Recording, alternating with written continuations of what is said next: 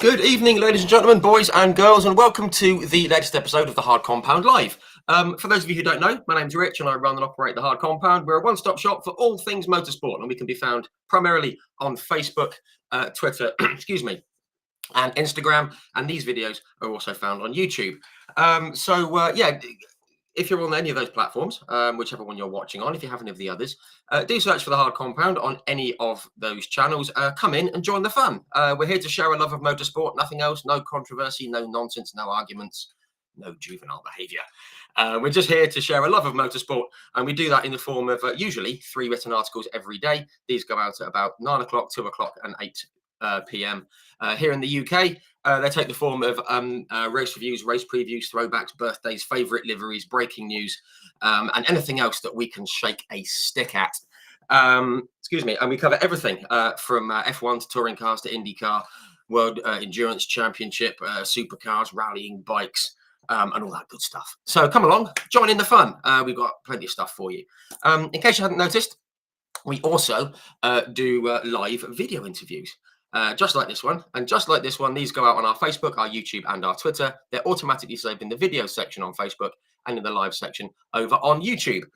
This is number 191. I'm not going to name all the other guests that we've had, but we've had some fantastic guests from across the motorsport spectrum, different eras, different series. Guys like Mario Andretti and Jackie Ickx have joined us, Chip Ganassi, Jackie Oliver, a lot of the British touring car grid, presently and historically.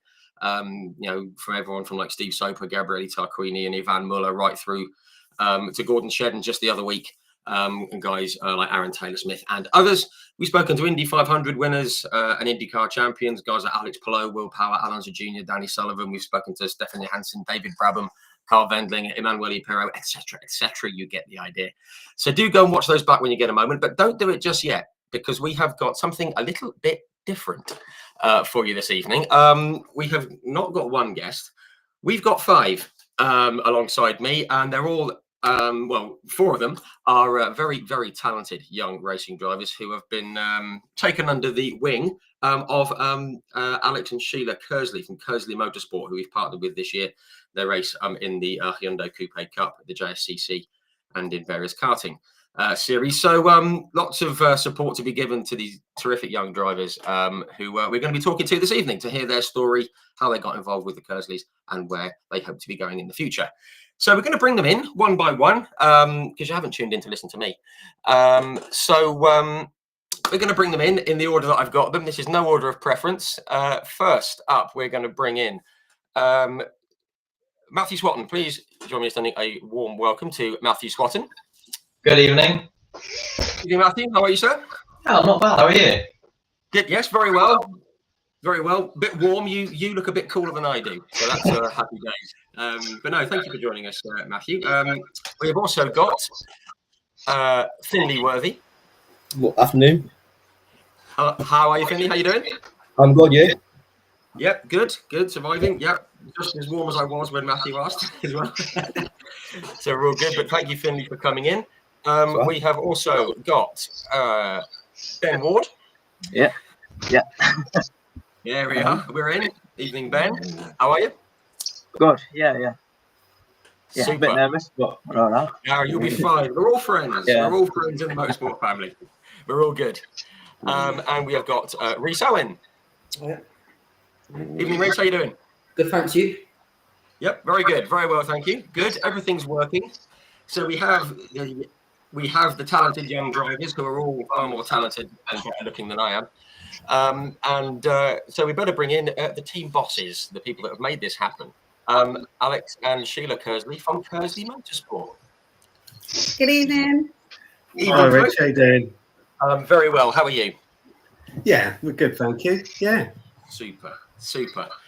Well, this is a bit different, folks, isn't it? We don't normally have this many, and we're going to make it work. Firstly, though, I need to say a big thanks to Alex and Sheila, not only for taking all these drivers under their wing and giving them the best sort of start and bunk up in their career, but just for asking us to get involved and help you guys out. So thanks very much, Alex and Sheila. Appreciate it. Well, thank you for, partner up with this year as well and helping us out. It works both ways, doesn't it? So, yeah, thank you. Great stuff. Right. Just before we get cracking, I mean, you've got a lot of people joining us already. Goodness me. There's over 75 Hi, people Adam. joining in already. Just want to say hello to some folks who are tuning in on YouTube and everywhere else. We've got Tom Algar is in, Louis Austin is in, Adam Kirkington. Hello, Adam. We have got, who else is in? Tom Justice and Dylan Stratton and Pablo Check and who else have we got scrolling down? Josh Salvadore and all of the other guys who have tuned in as well. Annabelle Swatton. Hello, Annabelle, and many, many others. You've all tuned in. It all seems to be working. Thank you very much for all the comments that are coming in. I'll try and keep up with them. If you have any comments or questions for the chaps, then do put them in. I will read them and I'll try and work them in if I can keep track. But thank you all very much for tuning in and supporting, I suppose, grassroots motorsport, isn't it? So which is all lovely. Right, that's the housekeeping done. Everyone's in. What I'm going to do is we're just going to go through each racer really and just talk about how they got started, and then we're going to, once you've done that loop, we're going to talk about how they came to be involved with Alex and Sheila and Cursley Motorsport. So we'll see how this goes. Bear with us. Deep breath, everyone, and relax. Okay, right. Well, given that this bit of technology gave me Matthew first, we're going to start with you, Matthew. Firstly, happy birthday for 2 days ago. 15. Thank you. How was the birthday? Lovely. We went to Nando's, had a good time, got a few birthday presents. Birthday presents and Nando's, you can't knock it, can you? Happy days. Yeah. Other food outlets are available, but we love Nando's. I guess the best place to start is right at the beginning for you, Matthew. Where did your interest in motorsport come from? It's a really random story. So it was back in 2021, just before the British Grand Prix, and it was just we were just watching it for fun. Usually at lunch, we always just like on the program, and it was F1. So obviously we watched that and saw Max crash, and my wife, I just felt bad for him over the season, and then towards the end of the year, I found out karting, so I was more interested in that and wanted to do that. So yeah, around it was Christmas, almost Christmas Day actually. My mum got me a little outfit to go karting in an indoor track in Northampton, and I think we did that in January time. We started around that. And as soon as the first session finished, there was just a massive smile on my face. I was like, I want to keep doing this. So yeah, after that, really, just the whole of 2022 was just me going to that indoor place constantly, really. And then 2023, it was a similar start. And then halfway through, I entered the X-Spark scholarship, and it was around September time. So it was a chance of winning a fully funded season in the JKC. So obviously we did that. We travelled about 3 hours up to some indoor mountain places set at times that out of 100 people. Somehow I made it through to the top 50. And then we then went to Wilton Mill, went in these rental karts, and it was an interesting day. It was like, so you did the rental karting aspect, then you had media, fitness. So you were rated all on all of that. So it's not just like how well you can do in a kart for like 5 laps. It was just the whole thing. So yeah, it was quite an involved day. Yeah, it sounds like it was. I mean, and it sounds like you've had a pretty quick rise. I mean, you mentioned that you started indoor karting. I mean, we've all had a crack at that. When you get to my age, it's mainly on a stag do or something like that. And it's not quite as disciplined and talented as when you were racing. Obviously, you started there. You went outside racing, should we say, onto normal tarmac and everything like that. I mean, did you enjoy that transition? Because obviously they're two very different types, aren't they? And did you take to the circuit side quite well, did you think? Yeah, I'd say I did. As I got out in that rental car, it took me a few laps to be on the pace, and that's usually what it's always been like in karting. It's just you give me a few laps just to refresh myself with the track, and I should be temped off the pace. So yeah, no, it was good. And then somehow I made it into the top 12, so then I drove the road tax karts, and oh my god. As I just put my foot down, my head just went like that. It just took me by shock a little bit.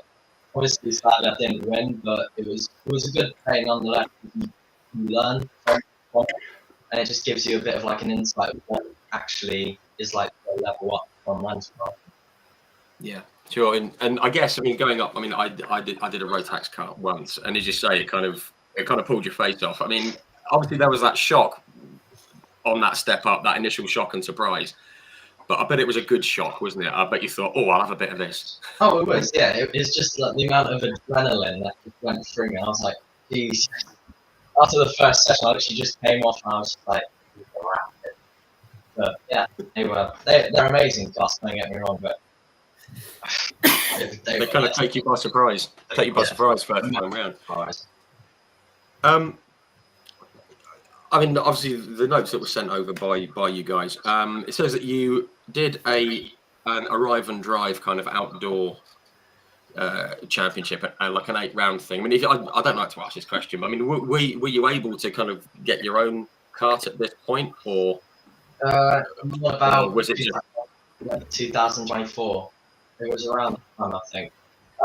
Well, for me, to be honest, I'd always wanted my own kart because I hadn't really discovered that you could enter kart at 14, so I was like fully focused on Rotax and all of the karting stuff.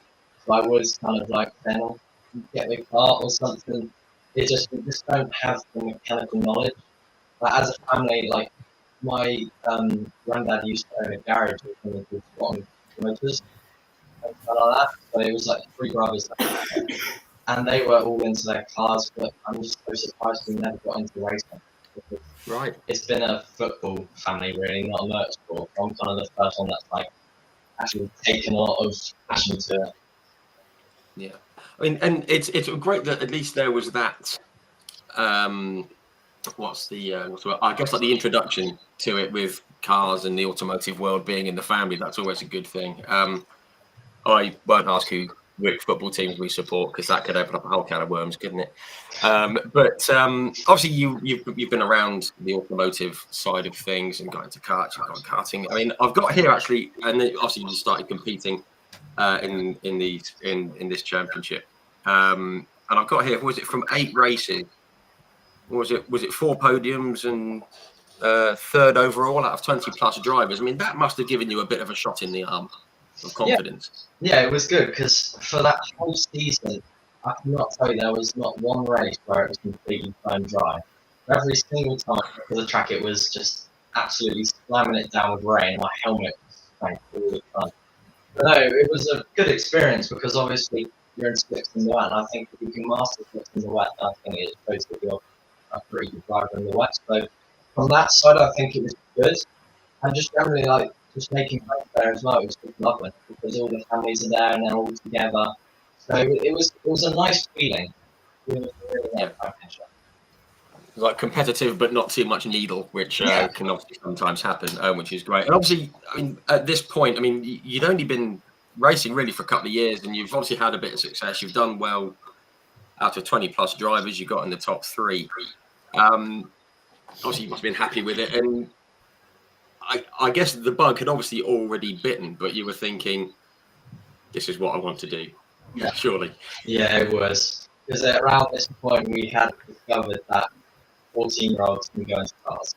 So we then were just searching for the championship, Nethers, Fiestas, Saxos, all of the junior categories, and we just managed to stumble upon the JSCC and they were promoting their scholarships. We were like, why don't we take a shot and just try and see if we can win it? So kind of like that start scholarship again, really. Yeah.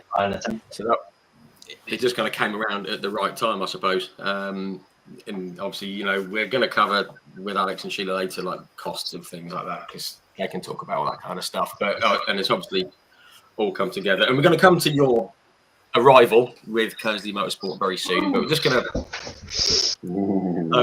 park it there for now, Matthew. But thank you for telling us about how you got started. Appreciate that. And we'll hear about the next step shortly. Next on the hit list, Finley. Firstly, thanks very much again for joining. I have got your notes here. Sorry about that. Fumbling, professional. Again, I guess like the same questions to you, really. Where did your interest in motorsport come from? Was it in the family, or were you like the black sheep? Well, it was kind of a mix of both. My granddad, he's always loved cars. He has quite a big of his own garage, so he's always worked on cars. And I think two and a half years ago, I went Team Sport for one of my cousin's birthday.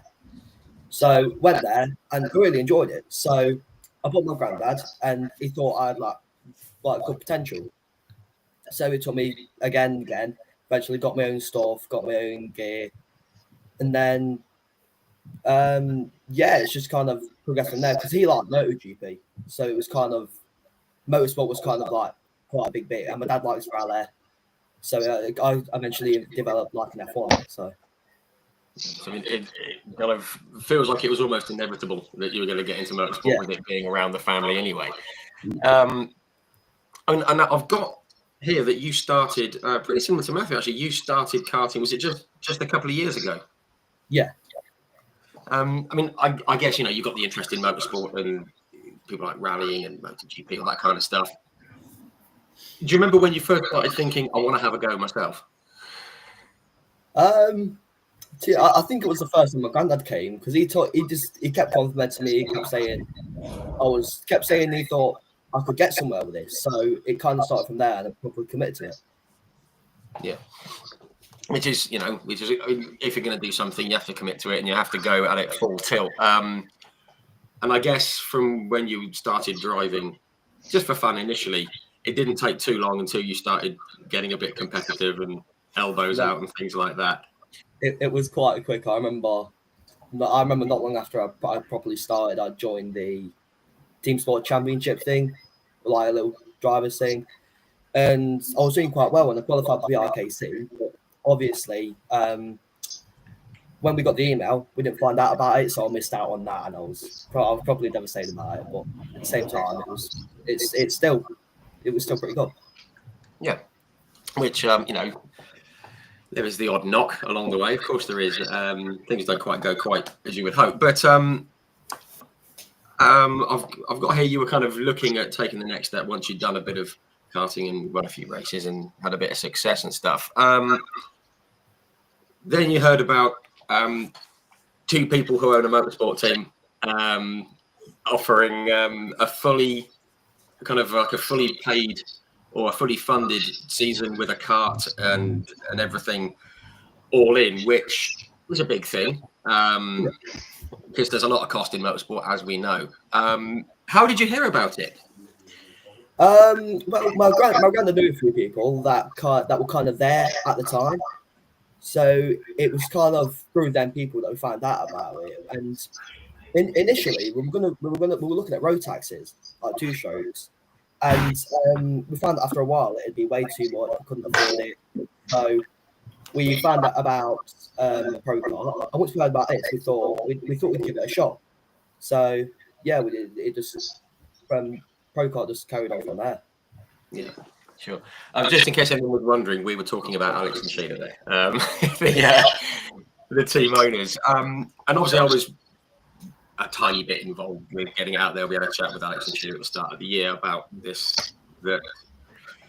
scholarship that they were offering. And from what I can remember, you had to put a little video together and about yourself and your racing and everything else like that, which obviously it sounds like an easy thing, but that helps you with not only the motorsport side, the racing side, but like the media side and all the other newfangled technology that I'm not okay with, just to get a video together and help promote yourself, which is another good skill to have, isn't it? Yeah. So you put it together, you submit it and everything. And we saw the video when Alex and Sheila announced who had won it. Did you ever expect to win it? Or get this kart and the fully funded entry into, what's it? It was the British Pro Kart and the UK Kart Series, wasn't it? Yeah. No, I never expected it. I've never actually been that lucky. I'm quite an unlucky person, I won't lie. So it was quite unexpected, and then once I watched it live. So once they announced it, I lost my mind. I went to my parents, shouted at them, saying I won it. Messaged my granddad because he was really keen about it, and it was a really exciting moment. Yeah, fantastic. I mean, obviously, you said there was a bit of a disappointment that happened before. So it was nice to have that positive, good thing happen. And obviously it's worth having because of the costs involved more than anything else. Yeah. I guess just quickly, I think we have to say that this says a lot about Alex and Sheila and how they do things. I mean, they could have easily sold the car or asked someone for money to come and race with them and help them along their way, but they didn't. They said this is absolutely free. So that says a lot about Alex and Sheila, doesn't it? It's just a quick button. It's Harvey. His cart was sort of sitting there. His race car. He said, "What can I do with it, Mum? Can I sponsor it?" I was like, "Oh my goodness!" So it's all Harvey's idea, to be honest. So I'll blame our child. But then I rung around, got sponsors and things like that, and we put our hands in our own pockets and talked to you and everything like that, and just tried to make it as. I think people thought it was a con. Because we didn't get a massive response. I think because a lot of sort of things like that nowadays are a con, but it wasn't. It's one of those. If it seems too good to be true, then it probably is. But this genuinely, what I kind of know you guys, and anyone who does know you would know that it's not a con, and you wouldn't do that. We just wanted to genuinely give back to motorsport, and we know how hard it is, like you say, financially, and knowing what to do with a car and things like that.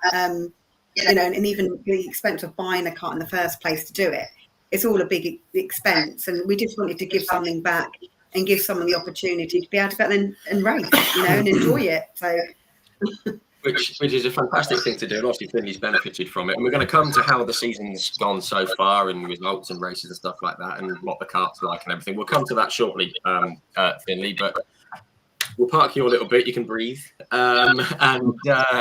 yeah, we'll bring you in shortly, Finley, for how it's all gone so far. Thank you. Right, next up on the hit list, Ben. We've got Ben Ward. Ben, how are you? Good. Yeah. All right. All good. All good. Now, I know you said beforehand you were nervous. Don't be. We're all friends. We're all happy. Yeah. All right. Yeah. Great stuff. And we should say hello to Nick as well. How you doing? Here, and he's been very helpful with getting some information across to me. So thanks very much to you. No problem. Again, we're going to do the same kind of format. Where did your interest, Ben, come from in motorsport generally? So, a bit on TV. We're not massively into motorsport as a family, really. So I'm sort of the first person, but we've just got F1 on the TV and stuff like that. So then. Me Nanan got me a voucher for elk karting, I think it was, outdoor one. So went there, did that, really enjoyed that one, and then went indoor. So then tried indoor, that was really, really fun. Yeah. And then they gave me the option, do you want to keep going outdoor or do you want to do the indoor one? So I went outdoor, indoor, that's it, team sport, that one. And that was great. So we've carried that on from there, really, not really stopped. Yeah. And we eventually got an outdoor kart, went to test it all different places. I had loads of issues with that, but finally got it out and really enjoyed it.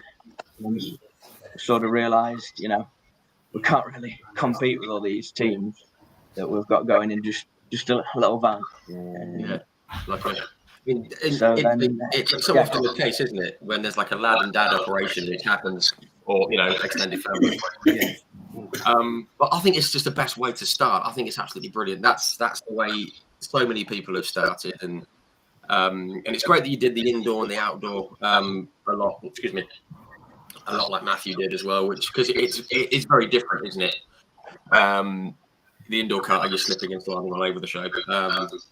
I'd say the outdoor one is a bit more proper, but I've got a note here again that your dad sent some notes over to me, and he said that it was 2021, 2022 that you started, but you've since competed in over 400 races, taken over 300 podiums, nearly 200 wins.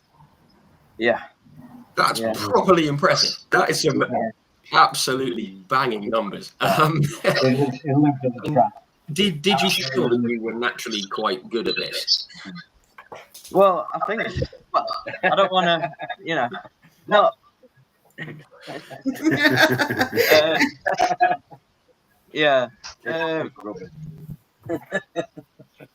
No, it was just that commitment, really. Every week going down and then join the thing on Thursdays that they do. So at first I was miles behind them all, but you keep coming and coming, and then now I'm right at the front, you see. So it's just consistency. And it sounds like it's just a case of getting behind the wheel, getting seat time, Yeah. and just learning and just being consistent, as you say. And it does come across, you come across as the kind of person that's going to pick things up once you're focused on it. I mean, I still can't get over those numbers. It's unbelievable. I mean,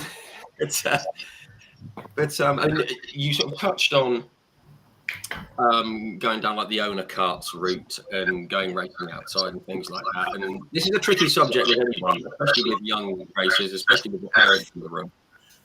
Is the funding thing, and you touched on it. There's these big teams that have got huge budgets and proper setups. And on one hand, I guess that's a bit daunting, but on the other hand, I've obviously been told here that you've obviously got the pace. So I guess it's one against the other, isn't it? yeah, it's quite difficult when you go in there and you think I could be, but you really struggle to, because you've got all these people that are just sort of born with the money, but then they've earned the skill as well. Yeah. So they've got two things that are backing them. Yeah. So like one feeds the other, and then it all kind of blows out. And then if you don't have the pocket, then there's going to be an issue. And there are some huge budgets out there in karting, as we know. I mean, did you start looking at maybe trying to get in with a karting team, or were you just looking at other options once you'd once you knew you were quick, as you clearly are? Were you looking at trying to get in with a kart team, or were you just outside karting? Looking at different teams, things like that, but then ultimately, I think we saw the scholarship online, the JCC, and it sort of just branched off from there then, and just thought, I never even thought about this. So we didn't really have that long with the owner kart until we thought, actually, I want to change pathways here and we'll go for something else. I mean, which is a pretty big step. I mean, going from karts to cars. In the JSCC scholarship, I guess it was the first time you'd raced the car. How did you find it? Because I've spoken to people who've gone from karts to single seaters, and that seems to be quite easy. But karts to cars, obviously you're sitting on the side of the car, you've got roll, depth perception, all that kind of stuff. How did you take to it? Or were you just chuffed to bits to be out there and smashing a car around? It was obviously quite difficult to start with, but there's things that can help you. So, like Donington and places like that, learn all the gears and going through everything like that. So then once I actually got out on the track, we're practicing with MPH at the academy. So I went down to places like Cobra to sort of help me with that. And then when the actual scholarship day came by, I could drive, I'd sort of got that bit sorted with all the gears and everything like that. So it's hard learning curve. Yeah, sure.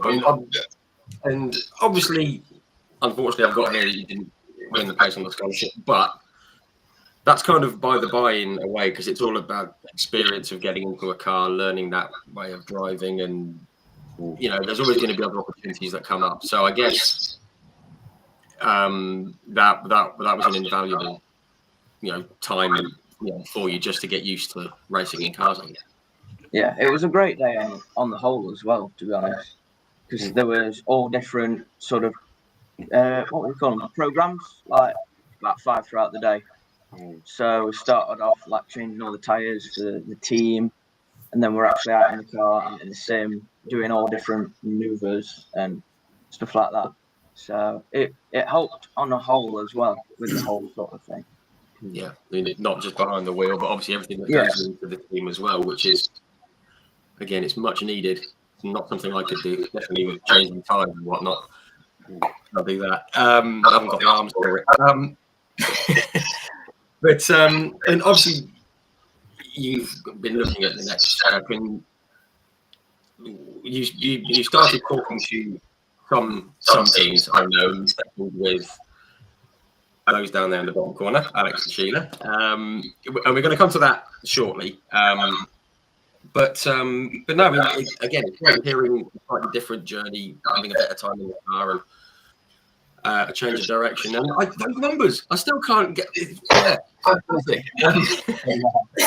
Yeah, properly impressive. Not to talk down on anyone else in the chat, by the way. I'm just, yeah. But no, thank you, Ben, for telling us how you got started and how you've got to Thank you. now. And we'll bring you in very shortly, like everyone else. Guys, I have seen all the comments and questions, which I will come to once we've spoken to Rhys, who has been sitting really patiently. Sorry to have kept you sitting there, Rhys. It's no different than at school. I hope you haven't dozed off with your training. But no, first, again, this is just the order that it came out in. So we're going to go back to the start again. Obviously, you've been racing for quite a while. I mean, I've got here you around like 2019. But again, where did your interest in motorsport come from? Was it again within the family, or was it on the TV? Well, my dad has 30 years of motorsport engineering experience, and when he stopped because of me, so I'm not getting involved, he just bought a grass kart, and that's where it just started. Yeah, obviously, almost inevitable again that you're going to be getting involved with motorsport. It's a theme here.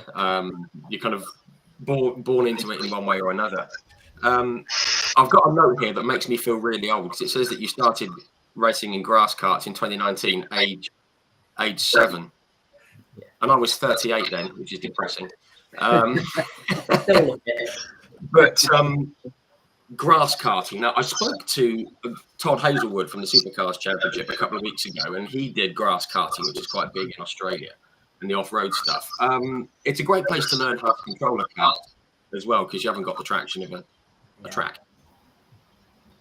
Plus, it was more confusing because in the car that I was in, I had 3 gears to go through as well. I mean, that's a tricky place to start. 3 gears in grass. Yeah. Yeah, but I guess you loved it. Yeah, just like the other really guys. You got behind the wheel, you got that buzz. Yeah, it was really fun. And I go in like a couple months ago, and it just felt the exact same. Yeah, fantastic. I love that. And I've got here, and again, thanks to your parents who sent me some very detailed notes. So in 2020, you moved into the 90cc grass kart and into the Honda Cadet side of things. So I guess you were doing grass racing and tarmac racing. Did you have a preference at that time?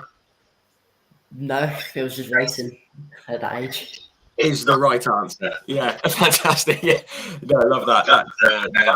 That's great. And I've got here 2021, moved into the Honda Cadet class, took second in the club championship, challenging for winning races. I mean, did you expect to be so competitive and running up at the front in your first full season, I guess?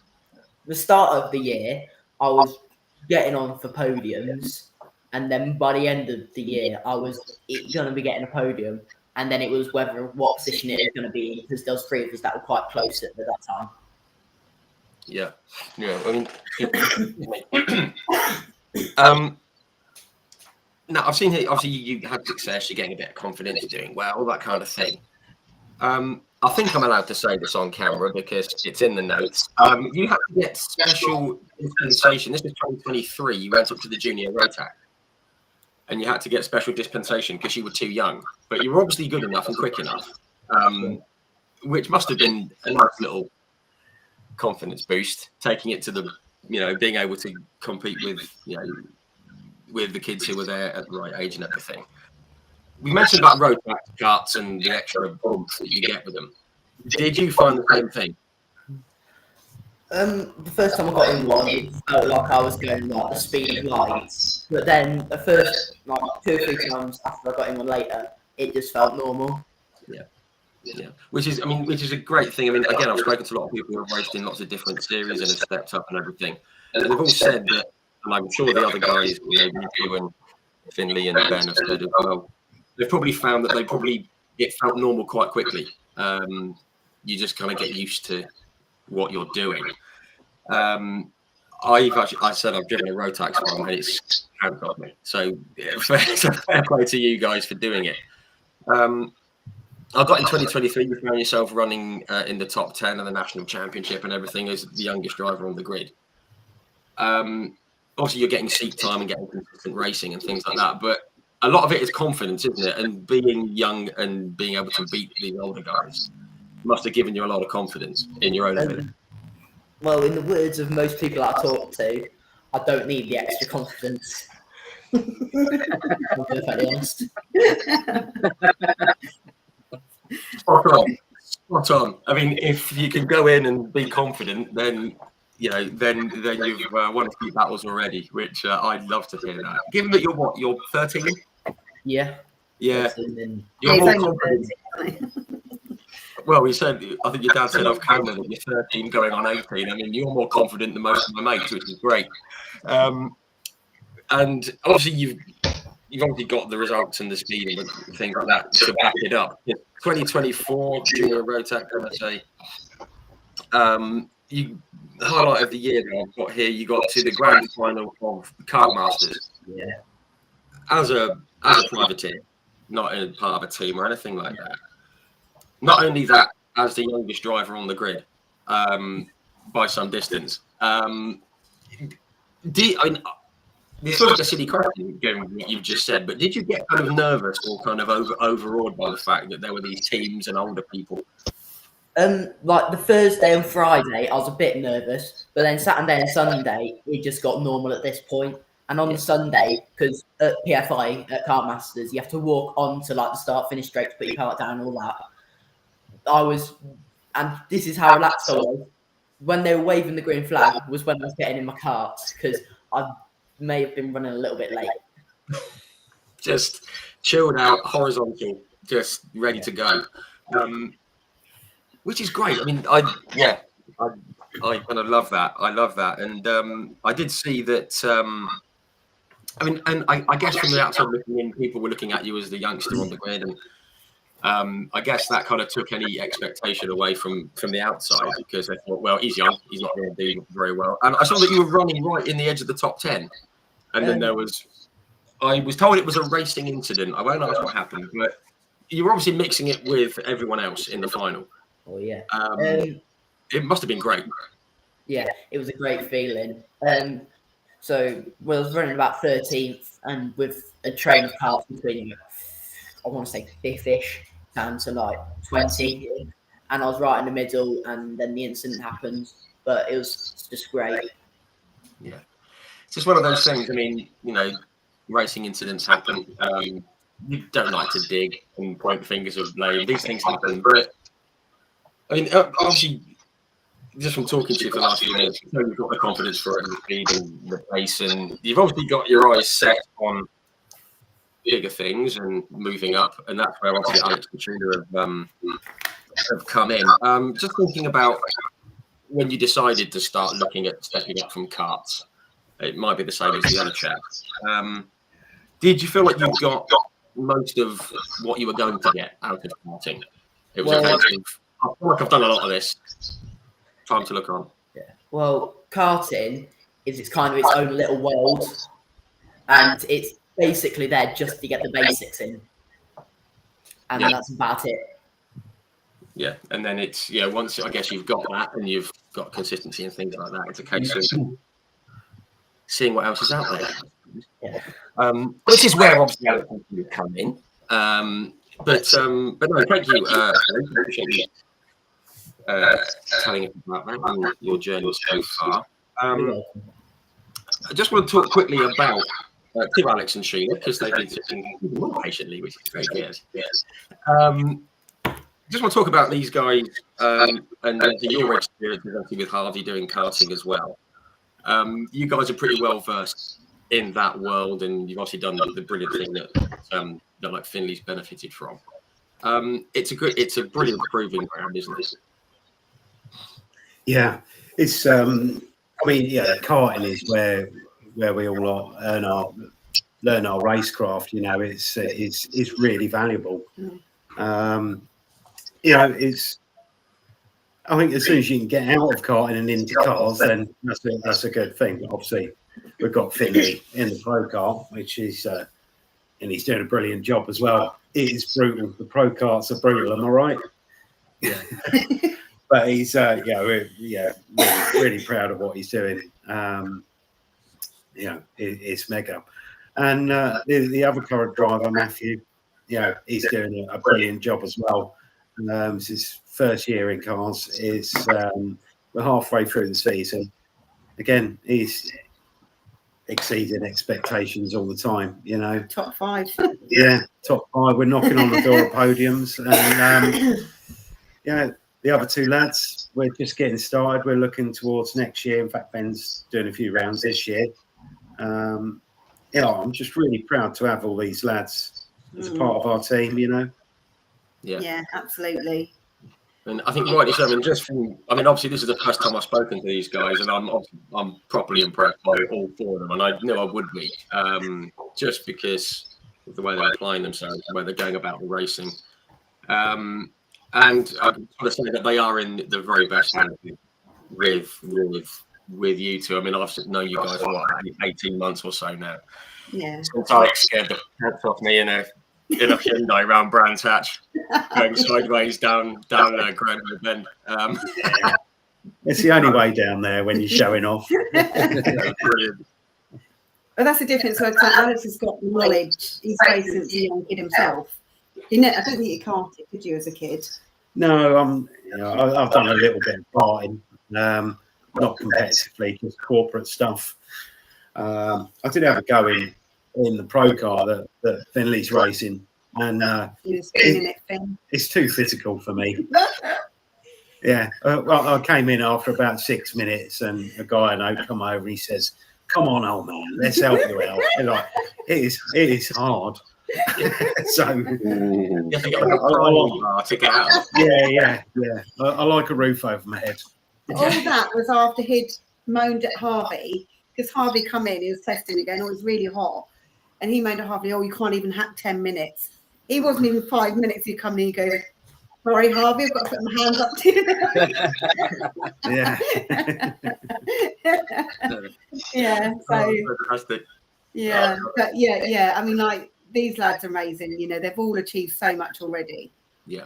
You know, and just to see them all and to be part of, you know, their sort of career, you know, going up in motorsport, it's overwhelming for us as well. Sure. You know, and it's an honour for us, isn't it, to be a part of that. And like I say, Alex has got the knowledge of racing himself from a proper young lad. He did his first own race car himself, didn't you? With no help and things. So he done all that and raced minis and metros and those different things, haven't you? Yeah, all sorts. Yeah, he's got the knowledge. And my dad used to race, so I've always been to motorsport, so he's lucky. Yeah, no. Great enough. We're going to come to how you guys have got involved with Alex and Sheila in the first place.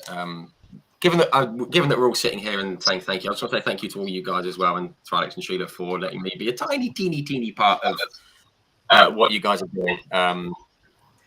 Everyone needs a mouthy bloke, and now Luca's left as well, so I'll take that over if you like. We love Luca. Sorry, Luca, if you're tuning in, mate. He'll be back. Yeah, he can't stay away. You know what he's like. Yeah, we love him. Before we get on to you guys and joining the Curses, I'm just going to pick on a few little comments and stuff that have come in. It's all very nice. People are having little discussions and stuff. What we got here? People are having a chat about each other. Tom Algar has said, Josh Salvadore, North Africa, crikey, out in Africa. If you're tuning in from Africa, I'm properly impressed. Let's go through here. What have we got here? We're talking about weather and everything else.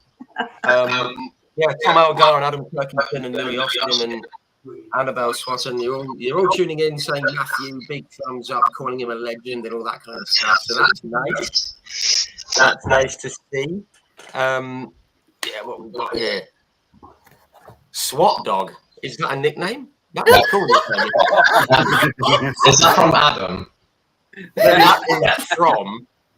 That's from Adam and Josh. Yeah, I knew it. I knew it.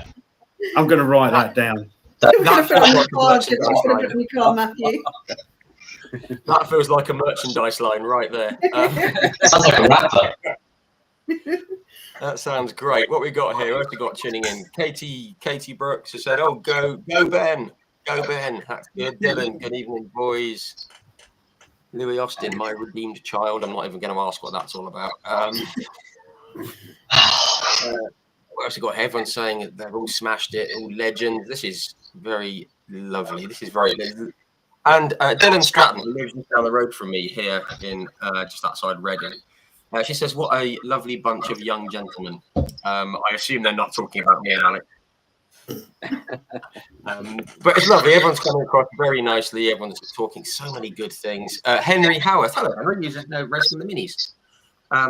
He said, excuse me, racing in the JCWs. I've just missed his comment. Sorry, Henry. Yeah, he said, Henry Howarth said, confidence is key in part of racing, which is good.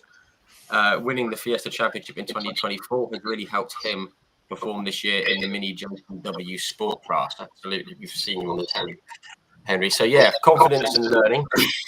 Absolutely brilliant. Annabelle is saying, well done, lads, all doing a brilliant job. And they're all so grown up. Yes, you're more grown up than I was at your ages. In fact, you're more grown up than I am now. And Henry again has said it's very important to have a good team supporting you. So, and that's where obviously Alex and Sheila are invaluable. And we're going to say very nice things about Alex and Sheila very shortly. Because we're going to talk about how you came to join Cursley Motorsport. I'm going to flick back through my notes, which should be in order, but they're not because I'm a pro. Matthew, back to you, Matthew. What we'll do here is, basically, how did you get involved with Cursley Motorsport with Alex and Sheila? Did you approach them? Were you headhunted? How did it all come to be? It was actually at the Autosport. I think it was 6 months ago. I think it was around that time. And we went there last year and we just enjoyed it, so we started to go back there again. And we just stumbled upon the JSEC. They had a stand there as well, and Poker Junior and all of that stuff. So over and had a chat to Vicky, who was like, I think one of the thing people with JSEC. Just introducing myself, of course, because I was in the scholarship. I was one of the entrants, so just to introduce myself and show her like what I am like. And then she said, "Oh well, you've got a Saxo team called Cursley Motorsport over there, and they look like they've stepped up their game this year." And they were like, "Go have a chat with them." So they were like, "Oh, okay, we'll go have a chat with them." And then yeah, it just kind of expanded from that really. Just had a chat, and then I gave him a phone call a few days after because he wasn't actually there with my stepdad, so just to get a feel of what it's all like, and yeah, just kind of expanded from there really.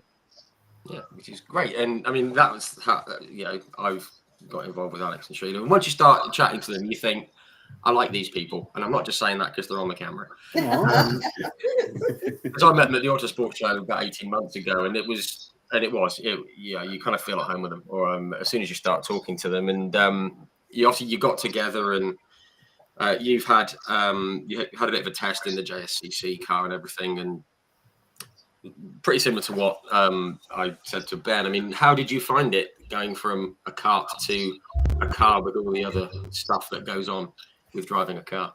Yeah, no, it's a massive step up, of course, because there's a lot more things that you have to think about in terms of changing gears. You've not got 2 pedals, you've got 3. There's a lot more feeling in the wheel as well. So it's just there's a lot more aspects that I had to adapt to, but it wasn't actually that bad. I've never want to go back to rental cars, to be honest. I want to keep doing this, and yeah, fantastic. And obviously, you signed up for the JSCC season with Alex and Sheila this year. I mean, I've gone through a whole bunch of results and seen how you've got on and all that kind of stuff. Mainly stolen from your LinkedIn page. Sorry about that. Thieving I was. I'm just going to pick into a few rounds that you've done, because the improvement it's plain to see in the numbers from what I've seen. But so the first round was at Donington. Obviously, you've not really raced there before. Not the easiest circuit in the world either. Hmm. How did you feel the first time you took the car around Donington? Yeah, no, it's a lovely track, especially going down to Old Hairpin, just that downhill and taking that flatness back. So it was just like, oh my god, yeah, it was really good, to be fair, because that weekend, I think first race it was raining, so I was like, oh god. So all the butterflies started coming in my stomach, and then as soon as I got out, just did it, went sideways, saved it. So yeah, I had fun. It was Nice. interesting, and I think it was good as well because out of all the 3 races, one was wet, one was damp, and one was dry. So it was quite good to test how I am in all those conditions. I think I've done well in all of them, to be honest. Yeah. Yeah, you had a bit of everything, didn't you? I remember, I think Harvey was there and he sat in the car with you for a few minutes before you went out because you were a bit nervous.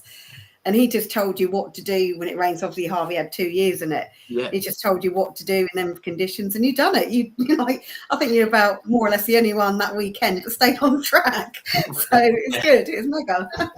Yeah. So it must be.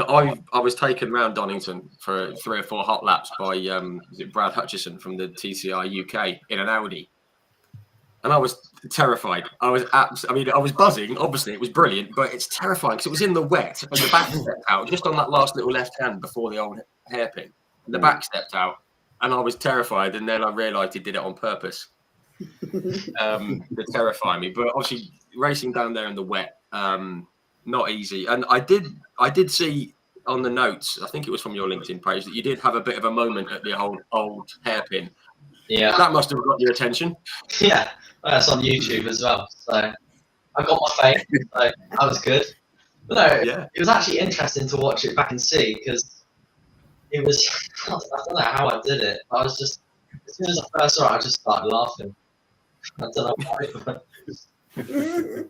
Yeah. Which I think is a great reaction because if you start thinking, "Oh my god," then you're in a bit of bother. But if you're thinking, "Oh, well, that was fun," then obviously you've got the right mindset for it, and you just go again. And I did see on that first weekend, you got 12th, 13th, and 11th in the opening round, which in changeable conditions, first time racing, no mean feat. That's impressive. I want to just quickly, because the next one was Brands Hatch. I love Brands Hatch. Brands Hatch and Thruxton. I mean, you were up. I think you qualified a couple of places higher. 10th, 8th, and 8th for the races, and then gained up to, was it 7th on the road?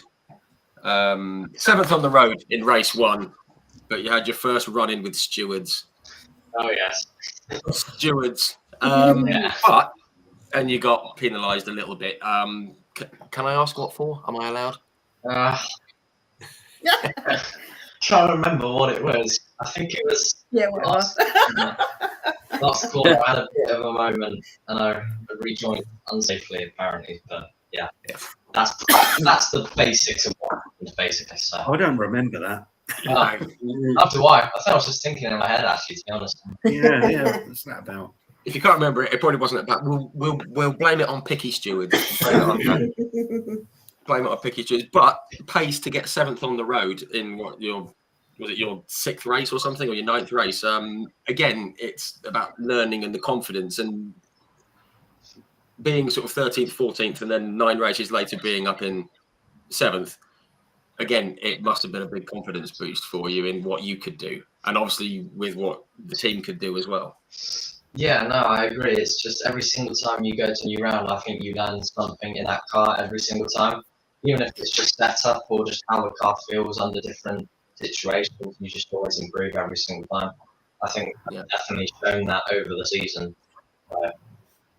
But you're very good as well, Matthew, of like feedback, you know, when you come in and things like that, which again helps us to help make you quicker and, you know, and things like that. And, you know, obviously, you know, Alex and your brilliant coach. Yeah, it's you listen and you're adaptable and you're accountable for everything. Yeah. So it's once you've got them qualities set in place, then you're laughing, Yeah. and it shows. You know, it's it seems like you've been with us forever, but that day we met at Autosport, that was in January, like this January, like just 7 months ago.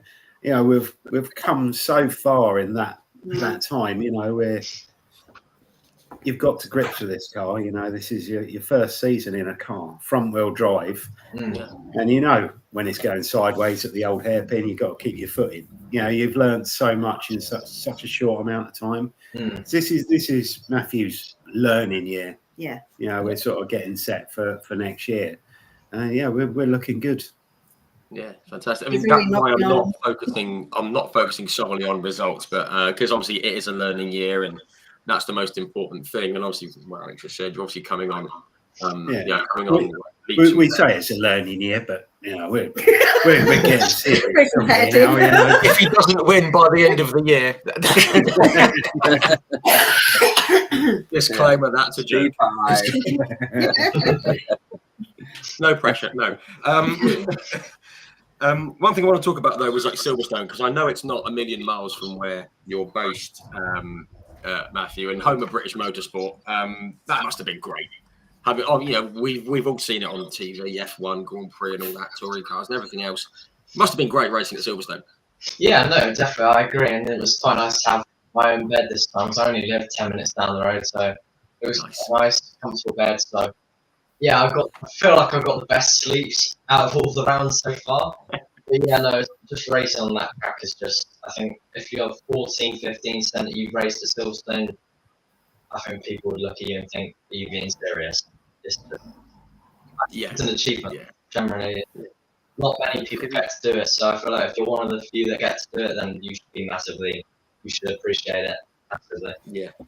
Yeah, definitely. And that's the thing, I think, across the board is the appreciation of being able to race on circuits like that. It's the first one I ever saw any F1 at, and I love it, Silverstone. It's changed a lot, but it's still a fantastic circuit. And just quickly, I mean, it said that you got up to, just to jump onto Croft, it's a long way. I mean, it's a long way from anywhere. I mean, it's right near Hartlepool, and it's a long way from Hartlepool. So it's a bit of a trek up there. But I saw here you got, I think it was race, well, you finished 8th, 9th, and 7th, which again shows the progression. Yeah. And Croft's an underrated circuit, I find. It looks proper quick. Yeah. It is, I think, especially for someone carrying all that speed, and then it's that right and then the complex, and it is a good circuit. I wish it was further down south, but yeah, it was definitely worth the 4 hours. Yeah, I mean, I've always said that Croft and Knock Hill are about 100 miles and 200 miles too far north. Yeah, they're brilliant circuits. No, Croft's good. And we do have to talk. We mentioned it earlier. Alex and Sheila mentioned it. Alton Park, was it 10 days ago? Yeah. Your first top 5. That must have. I mean, I don't know how many races it is. What is it? 3? Is it 16, 17, 18 races to go from where you'd started to a top 5 on a circuit like Alton Park? Obviously, it feels like it had been coming. I guess Alex and Sheila could probably back that up. Hopefully, maybe. Yeah. But to deliver a top 5, you must have been over the moon with that. Yeah, I was. I'm not sure if you saw the interview, but that whole interview, I was just smiling. It was stop. Yeah, I couldn't stop it. It's a nice feeling. It's all the hard work paid off with me, with the team. So it's a nice feeling when you actually give back to them what they've given to you for this whole season, really. But we're so proud of Matthew because, like, he's a proper what I would call rookie. And he's come into this season without doing, any racing or proper testing before this season, haven't you, Matthew? In cars. Wow. And the front 4 that's in front of him, they've done a lot of testing. They've done some racing last year. So, he's literally on their bumpers. Yeah, it won't be long before he's just he's going to get there. He's going to be on that podium. I can see it coming. So, but he's credit to him. He's suddenly switched, didn't you, Matthew, to get your elbows out and go, you know what? I'm not giving up this place. I'm going to get that in. It's fantastic because off track, Matthew's so lovely, so quiet, and he's just a lovely lad. Yeah, but on track is like I say, switches like a different child altogether. On track, he's like an animal. He's an animal. The one I remember, this is a football thing. I'm not a Man United fan by any stretch, but it was like Roy Keane. They said off the pitch he was lovely, and as soon as he crossed the white line, he was an absolute lunatic. Now, I'm not calling you a lunatic, Matt. I mean that in the nicest possible way. Yes, okay. But it's good. You need that kind of mindset once the helmet goes on, which is great. But I do want to say, though, congratulations on that top 5 in a rookie season. Properly impressive. I know it's difficult, not to set targets and stuff, but is it inevitable? I mean, are you thinking, I want to get a podium by the end of the year, or is it just a case of keep learning and see how it goes? I think it's definitely possible to get a podium. I think I've shown the pace that I can do it. Just got to have the luck as well on the day. So I've shown the pace that I can be quick, but obviously you need the luck as well. So yeah, I think it's possible. Yeah. I mean, well, from the trajectory that you're on, from how the results have gone, it certainly looks like it's possible. We obviously wish you all the best for the rest of the season. I do want to say, actually, we got Ash Miller is tuning in on YouTube. Evening, Ash. Hi, Ash. Good evening. And it's just popped up. He's just used the word proud coach. And he's also said that the lad soaks up feedback like a sponge and uses that in effective on-track execution. There you go. You've impressed the coach. It's a good thing. Honestly, Ash, he doesn't push them too soon. He knows when they're ready, and then he'll start pushing. You get some coaches go with there all guns blazing, and it sort of puts the kid off slightly. But Ash knows how we work. We know how he works, and he's fantastic. He gets the most out of these young lads and girls and things. He's I'd suggest him to anybody. Actually, I don't want anyone to have him because he's our coach. You got handcuffs and he's like really leg good. irons and stuff. We need him. Yeah, no, and he gets on with Matthew as well, which is fantastic.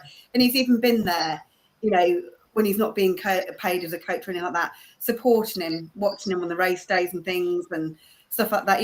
Many coaches, as soon as they're finished, they're gone. They don't even want to know or care. But he's constantly there. I mean, there's a lot of obviously. You get, there's a lot of good coaches, should I say. It's not just Ash, but there's a lot of good coaches, but they're not slating coaches because they're all good, but you know what I mean? It's like, no, yeah, I know, but it's digging myself a hole. No, but, I'm not saying any coaches because all coaches are good. They've all been there and things like that, but they're there to do a job like anybody else. But this is why we sort of pride ourselves on that family environment as well, for the kids and Ashley sort of gives that with us, doesn't he? Yeah. The good thing with Ash, he's a nice guy, and I think the number one thing is that they've got to be able to communicate. The driver's got to respect the coach, and he's got that bit nailed. So he's just got to teach him to drive now. Yeah, it just works. Yeah, that's brilliant. Brilliant, that's great stuff. And obviously that bodes well for the other 3 chaps who obviously hopefully will stick around with Cursley Motorsport and with Ash and everyone else. I'm actually going to bring in Finley again. You're all sitting very, very patiently. I'd have been off by now. Obviously, Finley, we touched on the fact that you were selected by Alex and Sheila to do 2 karting championships this year. Just want to talk about how the season has gone, really, for you so far. Obviously, Alex and Sheila can chime in here as well. Excuse me. I mean, with the notes I got sent across by you, actually, you said it was like a steep learning curve this year for you, which you've obviously embraced. Do you remember that first race in the kart? The step up this year, the first race, and how you felt and everything. It was quite.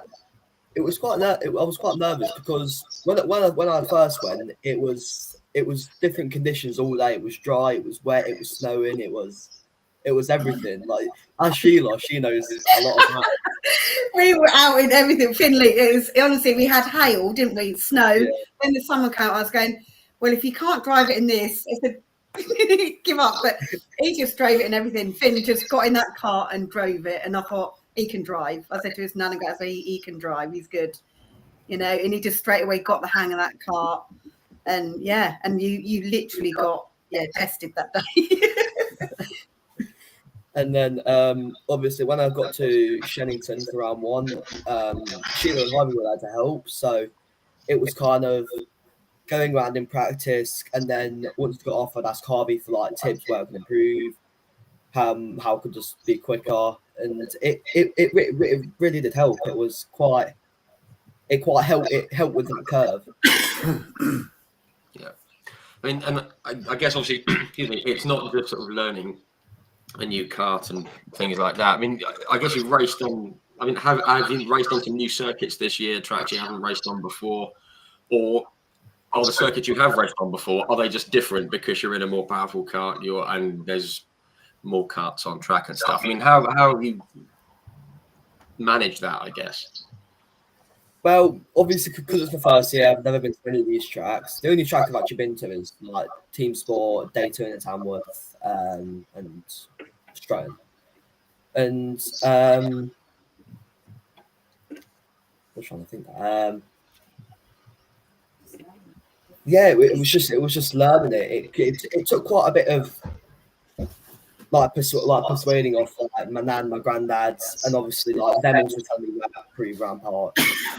And what did I mention that? Never mind. And so yeah, it was quite good, and obviously because people we know there, that also helped. Yeah. And yeah, it was it helped quite a bit. Yeah. Guys, I mean, and I always like asking this. Have you had any races that stand out in your mind this year as being particularly positive or tricky, or anything that you've learned the most from, or one that you enjoyed the most? Because we always race for enjoyment, don't we? And it doesn't always happen. But is there anything that stuck in your mind this year, either you, Finley, or Alex and Sheila, from what you've seen? Is there anything that stuck in your mind as being particularly good or tricky? It was probably one of the best moments was fullback round 3. I remember I was doing quite well that round, so I come off at the end, not knowing that I'd won a trophy of third in UKKS. So we leave, and we eventually find out I missed my trophy, so I get that. But then another one was Rower. This was 2 rounds ago, after last weekend, and the conditions were so strange. It was dry, it was greasy, it was pouring it down, and I remember the car it worked so well in the wet, and obviously because it wasn't a good, because it worked so well in the wet, I managed to get third in heat 3, so I was quite. And again, it comes back to obviously what we said with Matthew at Donington and you there. While it can be tricky on the day, it's a great learning curve, isn't it?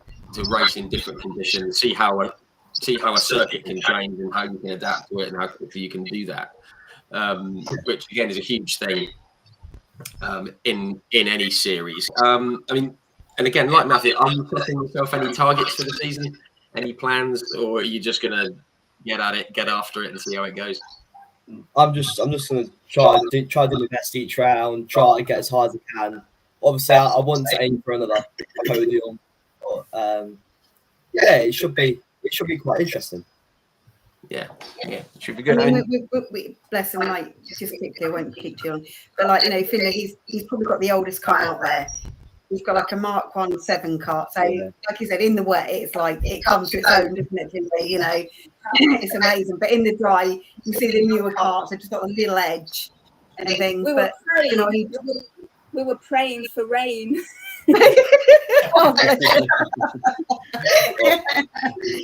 But like, as well, with all the people that have come in and involved in this, haven't they, Finley?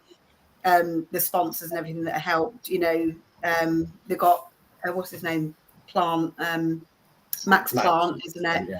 Services, they've literally sponsored all the entry fees for Finley for the season. RPM Engines literally done all the engines, reconditioned, and got them all ready for Finley for the season. IKR, they've sponsored your joining fee and everything, didn't they? Yeah. The sponsorship. Who was it? Grand Prix Raceware as well. They sponsored discount, didn't they, on your gear? And obviously you, Rich, as well, in on it, helping it. Who else was on it? I'm trying to think who else was in on that, helping us. I think that. Oh no, 7 Kart as well. Yeah. Yeah, look, our kart chassis Richie repainted it, everything for us for nothing. The sponsorship for Finley as well. So all these people come together, and it's amazing if you just ask around and say what you're doing. The motorsport world is amazing, even karting. People slate karting, but there's so much help and guidance out there if you really ask for it and things. Yeah, so yeah, we're lucky, really.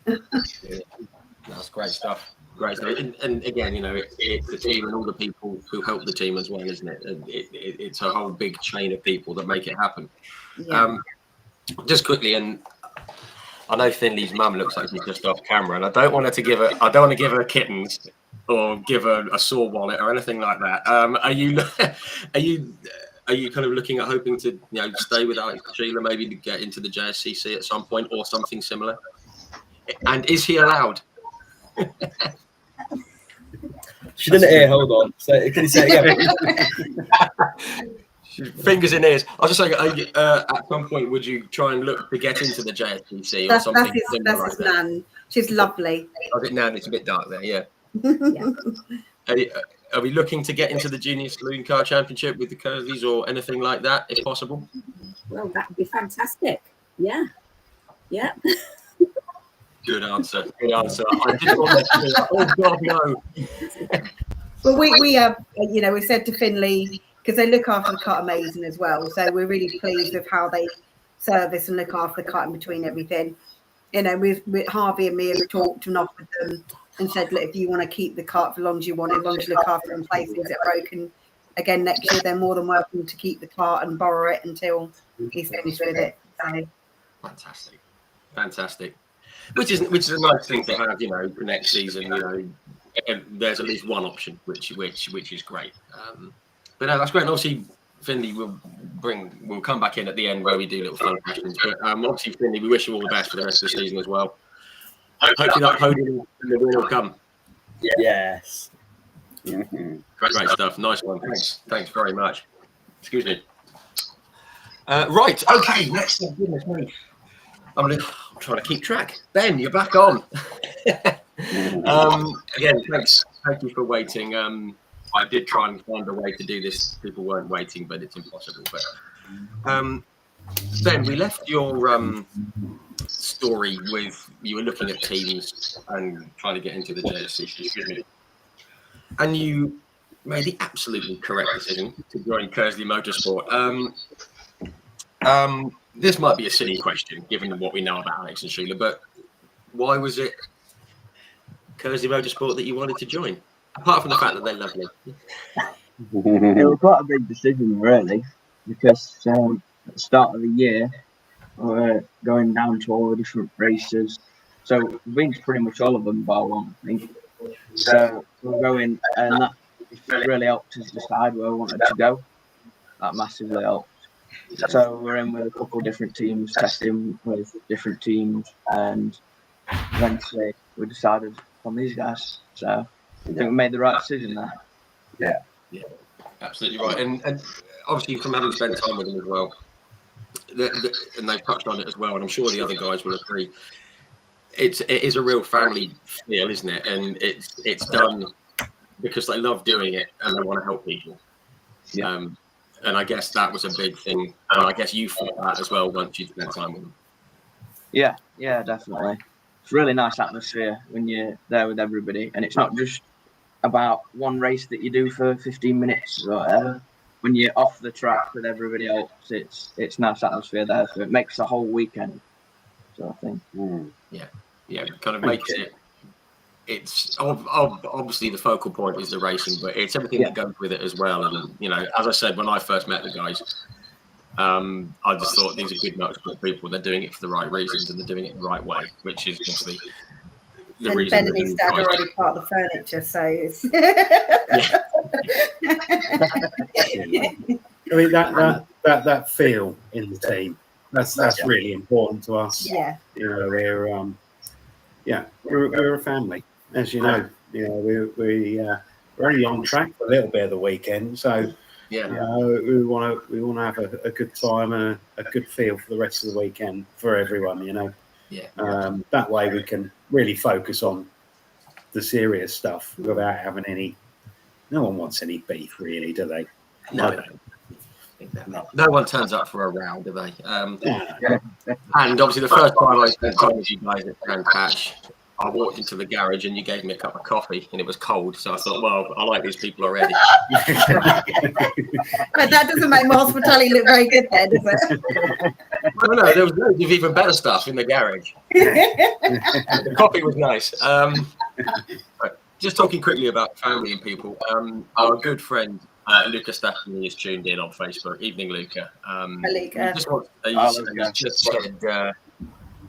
He's just said, congrats, Finley, on the karting season. Welcome to the team, Rhys and Ben.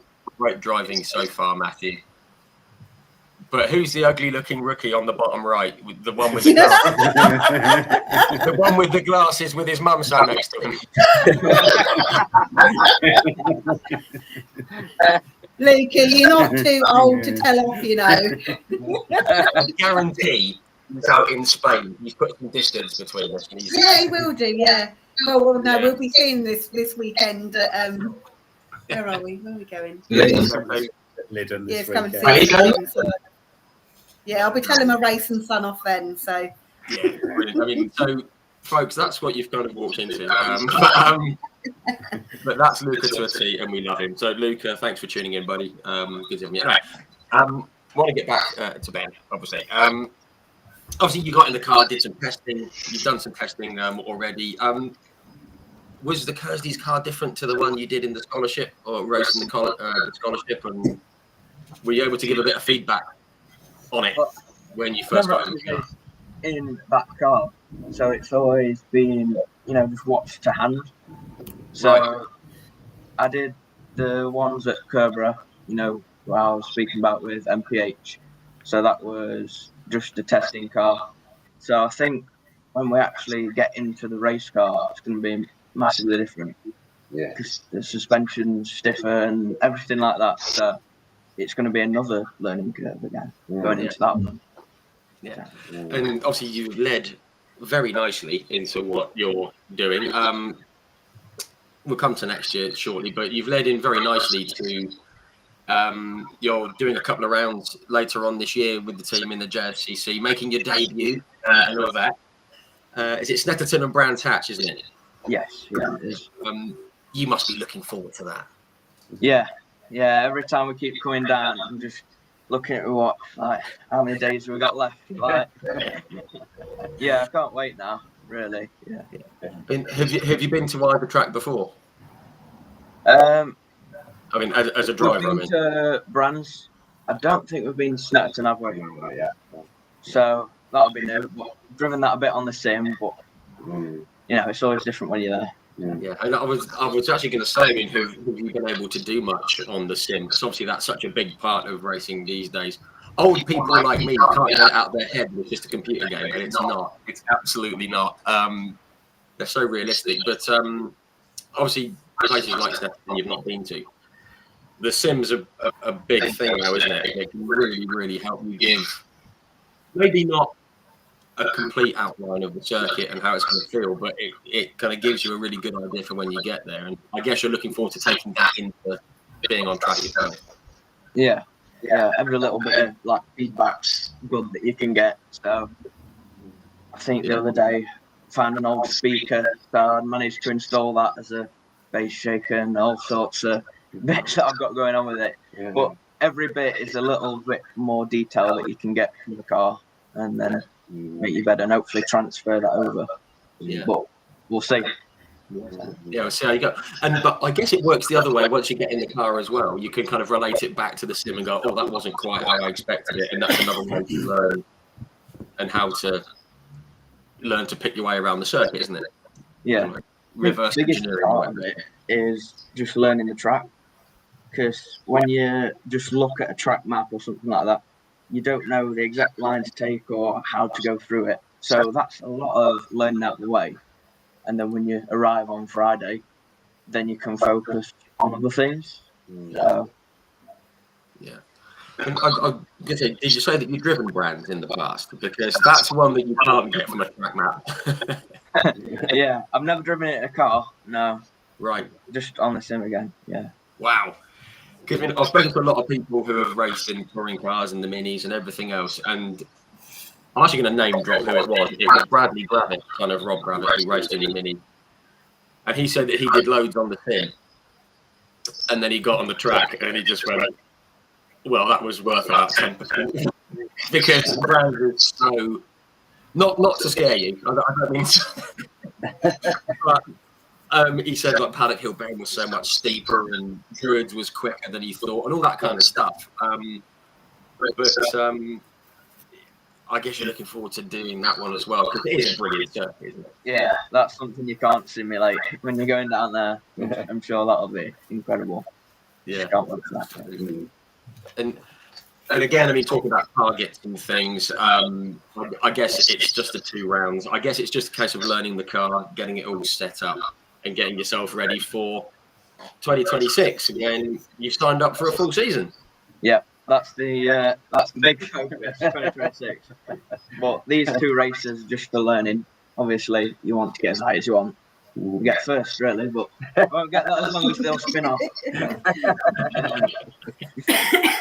Just looking, I'm not sure who's more excited about it, you or your dad. I'm not surprised. I mean, absolutely fantastic. And obviously, should we bring it up? I mean, yeah, I mean, let's talk about cost and stuff, but because it's a bit of a tricky subject, especially with young racers as well. I don't like talking about it. But I won't say they've made it easy, the Cursleys, because there's nothing easy about going racing. But being with Alex and Sheila and how they operate things and what I'm trying to get at, does it feel like it's been the easiest that it could be with the team that you're going with and how they operate? I think it does. I think it definitely has. I mean, from where we were in owning a car to the cost to be competitive. Yeah. And now comparing it to being in a car and being with Cursley, the support that we're going to get, that we've seen we're going to get with Cursley, is second to none, really. I'm not going to talk about figures or anything, but from what we were quoted to be competitive to carry on and own a car and to what we're going to get in Cursley is a no-brainer, really, isn't it? Oh, massive no-brainer. So yeah, it's these guys, what they provide is phenomenal, really, and the support that they give, the package and everything else is brilliant, isn't it? We could have stepped into a team in owning a kart and gone into a team with karting and been a part of a small peg, really, and a massive cog of the karting network for a massive amount of money, and probably not really benefited from it. But now they're going to be a massive team. Well, they are a massive team now, Cursley. We're growing. And, yeah, we're just looking forward to it, aren't we? Yeah. Can't wait. Yeah. Thank you. Yeah, thank you. See, that's lovely to hear. The amount of people that are saying very similar things and the perception I've always had of guys as well. Yeah, I mean, I as I said, I don't think you could be in any better hands going into the 2026 season. Obviously, there's a bit of time, maybe do a bit of testing as well in between now and the start of the season, and then hopefully hit the ground running. Yeah, in 2026, which is great. So I've just seen another comment from our good friend Luca. He said, Paddock Hill is an absolutely lovely bend. Don't fear it. fear the gravel on the outside. He knows. He likes the gravel. He's been in there up to his door handles. Yeah. he almost put it in the gravel when I was in the car with him. Listen to Luca, but not when he talks about gravel. We don't want to, that's not the part of the circuit we want. It's like with us, like, yes, we're friendly with family environment and all that sort of thing, but we're also very competitive. Yes. You know, and we can bring it on track as well as have that nice feel off track as well. So, you know, people are not just getting a friendly atmosphere, they're getting a team that can give the results as well. Yes. Which is good. So, Absolutely right. Just quickly, I mean, are there any circuits that you're looking forward to racing on that you've not raced on before? Because obviously it'll be your first full season in car. Yeah. I think definitely Brands, that'll be a fantastic one. But I think the one I'm looking forward to most is 2026, and that might even be the first one, depending on how the calendar is. Was this season? I don't know. And is Donington, and that's only quite close, so I've had quite a lot of experience in that one. Not saying I'm going to be quick or anything, but I just really enjoy the track. Yeah, really, really fun. Yeah, fantastic. Cracking bit of tarmac that is. Yeah, excellent. Excuse me. So, sorry, I keep getting distracted by what's going on in the comments. Hello, I just read that. Sorry about this. This is Luca and Ash having a little cough at each other.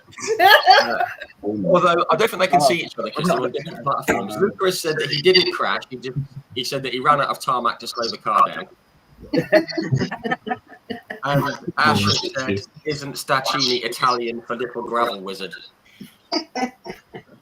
Well, it is now. It is now. But no, it's all fun and games. But no, I just want to say, obviously all the best of luck, to you, Ben, as well. I mean, it's great that you've had a bit of time in the car. You've got some testing. You've got a season coming up as well.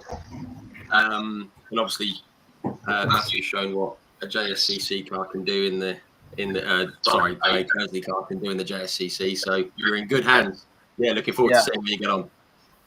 Yeah, thank you. Great stuff. Okay, we're getting through it. It's not Finley. Rhys, you're back on. Back on again.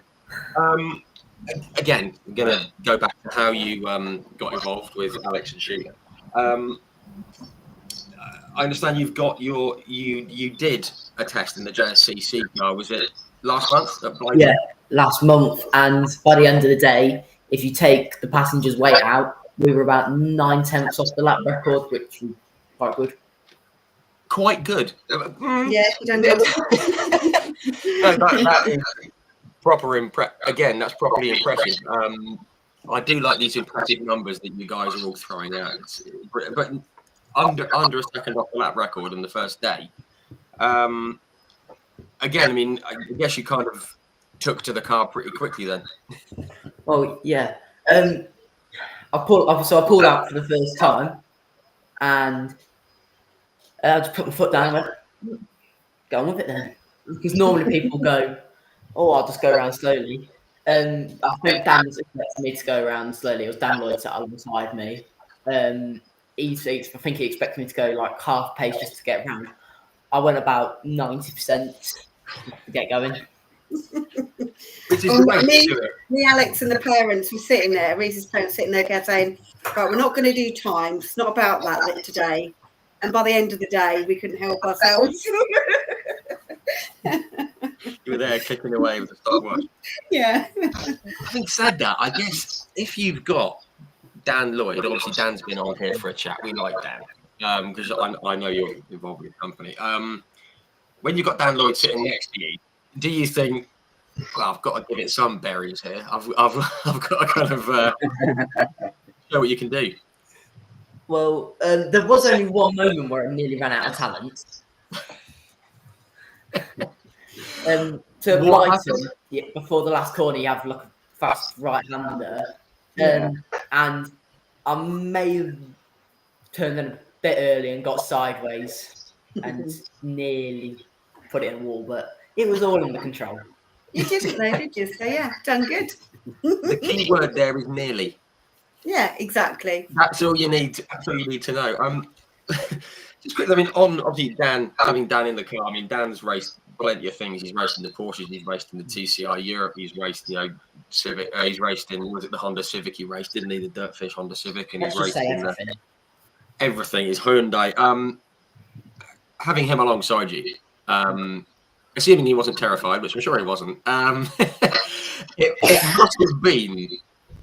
I mean, the feedback and advice he was able to give you must have been so helpful, even on that first day with him. Yeah, well, he's very simple and very blunt, to be perfectly honest. He's a Yorkshireman, isn't he? Yeah, quite simply. And at the end of the day, some people will look at him as a massive person. He's just a normal person at the end of the day, and you just got to take him as that. Yeah, I love that. You're 13 years old and you've got that attitude, which is brilliant. Because if I was 13, I was 13 in 1994, and I met Gabriele Tarquini at Brands Hatch, and I was like a stuttering, dribbling mess. I was like, because he'd been in F1 and stuff like that.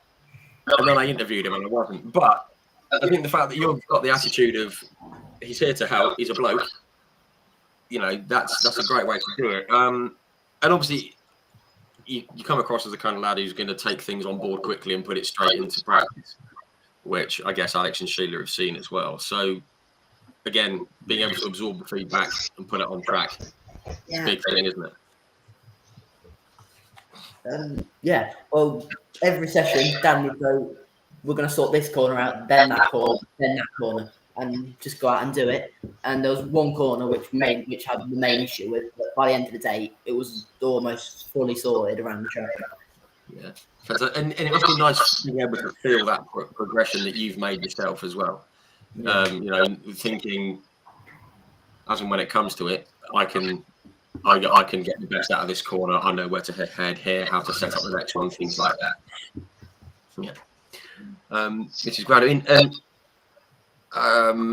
obviously we just spoke about Dan. I got them on my notes. I mean, again, any targets for you for the rest of the year? Because because you're kind of eyeballing touring cars and stuff like that. Have you got any plans for the rest of the year? Any sort of target yourself, anything like that? So, gonna get my yards done in August, and then just go out and do as much testing as we can, and just keep learning, and hopefully hit the ground running for 2026. And the goals for 2026 are hopefully a few top 10s and a few top 5s, mainly top 5s I'm looking for, and maybe a few podiums. Fantastic. Setting a high bar, nothing wrong with that. You'll be chasing Matthew. I'll be beating it. And then they're all going to be at it. So I'll be beating a lot of them. The gloves are off already. The gloves are off already. Yeah, because we should say that you've done some karting this year, but you've kind of stopped that in order to focus on next year. Yeah, well, when we did karting, at one of the pre-rounds for a huge event in the UK, the British Open 8, where everybody from who was going to compete in the Open was there. I qualified P3 overall, and that put me top 10 in the UK and Europe. Because everybody's in the top 10 in the UK is basically in the top 10 in Europe, because the UK is the best, quite simply. Yay. Absolutely right. Absolutely right. But no, it's true. And there's, and so to get in the top 10 and be able to do that, great start. Now, one thing I did want to touch on as well, because when your name popped up, I thought, I'm sure I've heard of him before. Chris Moyles. He's been following you for a few years, and having someone who has somewhat of a profile on the radio following you, I mean that's got to help. I've heard that he's mentioned you in the past. Yeah. It must be great having Chris Moyles. Yeah, well, it's never a bad thing, is it? Because there might be someone on their way to work who's a normal listener, and they go, "I'll have a look at this kid," and they look at me and go, "Yeah, I own a business. I'll put some money in and give him a hand." So it can never be a bad thing. And over the past 5 years, he's been really helpful. Obviously, getting shout outs and liking stuff on my posts. Yeah, which is great. I mean, just how did it come about? I mean, do you know how it came about that it was following you? Was it? Well, if I'm perfectly honest, my dad came up with this idea and said, "We'll write a letter to him." So I handwritten a letter to him, and it got read out. Wow, simple as that. Yeah.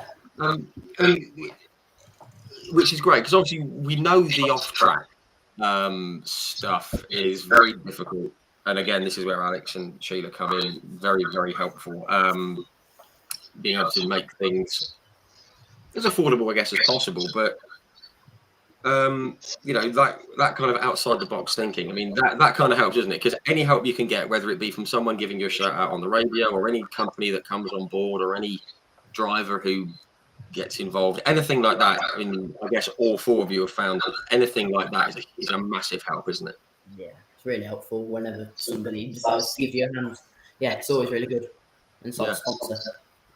Yeah, great stuff. And I mean, just one more thing quickly before we move on to the fun bits, and I get to read out more of the nonsense that's been going on in the comments, which is great. I guess there's going to be a few opportunities to get out and do some testing for the rest of the year. Hopefully that's going to come up to tee up 2026. Yeah.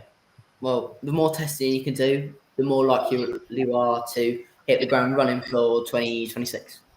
Yeah, absolutely right. And again, I mean, you've obviously got the confidence and the ability, just like the other guys. And again, you're in the best hands with Alex and Sheila. So we'll certainly be watching, and all the best with it.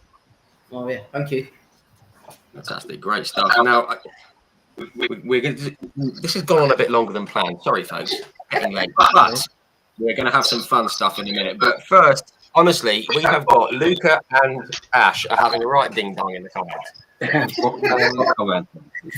This is fun. See, this is what you get when you do it live. It's unfiltered. This is fun. What was it we've got here? Ash has said. Ash has switched from YouTube to Facebook so they can have a fight properly. Honestly, Ash has said that Luca could learn from Rhys by the sounds of it. Luca's said to Ash, to end in the gravel, you first have to have the pace to lose it. Honestly, they're all having a right go. I'm staying out this one. It's all kicking off. And Ash has said the idea is usually to finish on the circuit. Goodness me. See, this is the fun that goes on. Now, boys. Oh my goodness. This is when normally the track would become like stop. This is the fun and games you can expect with code. You see, it's fun and games, it's proper racing, but it's fun as well. But it's great. It's that competitive, person, then the competitive, nature that gets you on the podiums. You need that competitiveness, and it's great to have that banter as well. It's really nice. So, they all get on, which is fantastic. And the same with these lads. They'll all get on, and they'll all be really good drivers, I'm sure, with it. They've all got a lot of ability, and we can't wait as well to see what Matthew can bring next season, and the other guys as well. I think. Yeah, they're all going to be mega, and we feel honoured to have them all with us. And thank you all for supporting us and being with us as well.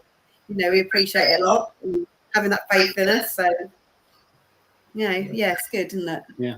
Yeah. No, I mean, even going into the back half of this season and the next season, it just feels like all you guys, from your different standpoints and different things that you're doing, you're all in a good place, to move forward, to progress as drivers, as on track, off track, all this stuff that goes with racing, and obviously, with Alex and Sheila's guidance as well. I'm proper excited. I don't know how I'm going to find the time to keep track of all of you, but I'm definitely going to do my best. I'm sure Alex and Sheila will help. We're going to have them top threes, and we boys, regardless, whatever position we're going to be there. Yeah. We're going to be dominating. We're in a good place. We're bang on halfway through the season now. And we're nailing this season, and we're looking good for next year as well. So. We can't wait to see how it's going to pan out. No, and like they do. I'm not just saying this. Like the the JSCC, like, you know, is, I'm not saying this because we're in it, but it's a great championship. It really is. Like Vicky and Dave, they've got a lot on them, like any championship owners, you know, and they get a lot of stick, bless them. I think they run it amazing. They're fair, you know. It's a great championship. They learn, Yeah. it's hard. But it's a serious championship. Yeah. You know, it's they learn a lot. No one's buggering about here. You know? No. It's we're in. This is our third season in the championship now. Yeah. And it's we're getting there. We're nailing it, I think. But we've seen some good drivers as well, haven't they, over these last 3 years? You know, with Harvey and you know, Matthew this year and things. There's some good drivers in it, and Matthew's up against these front runners that they've been in there. This is their third season, you know, and he's fifth against them. You know, you were fourth as well until you and the other lad went the other little. So this bit. junior thing is a 3-year thing. Obviously, Matthew's in his first year. Ben and Rhys, you know, they're being their first year next year. But so the guys at the front of the JSCC now, Wilf Butler, Josh, and Ollie Kerr.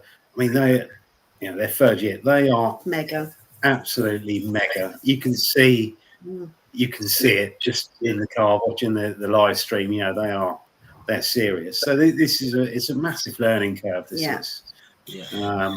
And you know, I just love being a part of this junior journey. You know, it's so rewarding, and we're all on the right path, I think. Yeah, and the paddock's lovely as well, isn't it? Like, you know, you've had a problem, everyone helps everybody, you know, things like that. It is a nice paddock. All the kids, as you know, Matthew, don't we? You know, at the end of the night and things like that, and Ben's started to see as well now.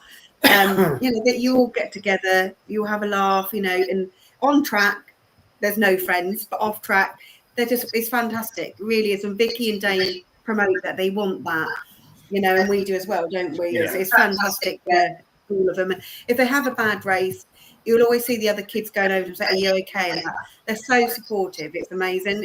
And Vicky and Dave, you know, they're good at keeping it like that as well. They are. Which is exactly how people should be going racing, especially at this stage of careers and things. And what I like though is that I can tell. Obviously, we have a bit of fun. Of course, we do enjoy ourselves, but it is dead serious on track, and I can tell from all four of these lads, I can tell in their own way they've got that bit of, I don't know, steel and determination. Just in their own way, I can tell that they've all got the right kind of approach, the right attitude to it, which obviously says a lot about them and the parents as well, and also says a lot about you and about Alex and Sheila as well, to be able to bring that out of them as well. So I mean, it just looks like you all look like you're in a great place. I agree. I mean, they've all got what it takes. They're all different, but there isn't one thing. You haven't got to be this one certain type of driver. They're all individual. They've all got what it takes. It's even like Finn, isn't it? Like he's you know, not to say anything, like you've impressed us, you know, as well in your kart and to do what you've done in the kart and everything. You know, so proud of you. Yeah. Honestly, just to go and get that done and just be, you know, go straight into it. Like I said earlier, what Finn's doing in the IKR. It's brutal. Yeah. You've seen them start. They do rolling starts. They're this far. They're nudging each other on the start. I mean, that's scary stuff, that is, you know. So, I take my hat off to you just for doing a rolling start, you know. Yeah, absolutely. I mean, in every single form of motorsport that I watch, and I watch a lot, obviously, rolling starts still. I've been watching motorsport for about 40-odd years, and they still terrify me to watch. Yeah. Whether it's Le Mans or IndyCar or karts or NASCAR, whatever it is, I still think, how on earth are they doing it? And if you're doing it in a kart, honestly, that is goodness me. Can I add something on the rolling starts? Yeah, go. So, like PFI and stuff, in like junior road tax, it slows down so much. Like people can walk faster at like kart masters, the O plate, and then all of a sudden everybody just goes bang, like goes everywhere, and It's scary. It's scary to watch. It's just carnage. yeah, and like going onto the bridge, like the first time I ever did it, I was scared, but I got on with it, and I started last because I'm not going into details why, but I wasn't allowed to qualify. And by the end of the first lap, it was pouring down with rain. By the way, I was about 20th out of 34 in a race. Wow. I mean, Good going, that. people say karting's a great proving ground, but it's absolute lunacy sometimes, isn't it? When it's wet, rolling start, as you say. I mean, I don't know how you do it. Yeah, and like at the level, if somebody goes for an overtake at like a hairpin and there's grass on the outside, and you're on the outside, you're going on that grass regardless who it is, because they will just push you onto it. That's what I mean. All these lads have done karting, and I'll take my hats off to them. Like because we used to watch Harvey and things like I've been to watch Finley a couple of times, things like that. Honestly, it scares me just watching them. And like you guys, it's just like, yeah, get you in a car. I always say just get them in a car just for they're safer. They're not even my children, and I worry about them. It's like that fearlessness, but do it in the safety of the roof and all that. Yes, absolutely right. No, I get nervous now, even when Matthew's about to go. I get to know Matthew, I get really nervous. I'm like, it's like my own child, and they're all going to be like that. I'm sorry, guys, but you'd be like my kids. I was going to say,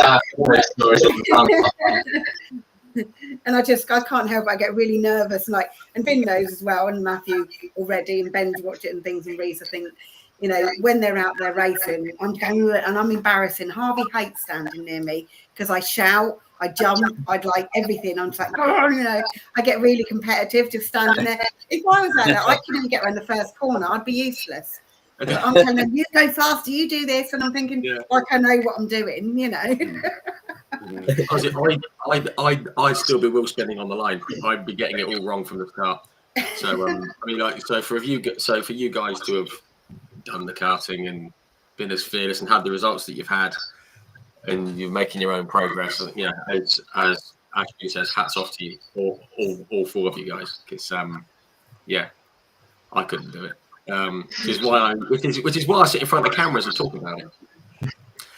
Because I haven't got it, but no, it's great stuff. Right, we've got nearly 2 hours. My goodness.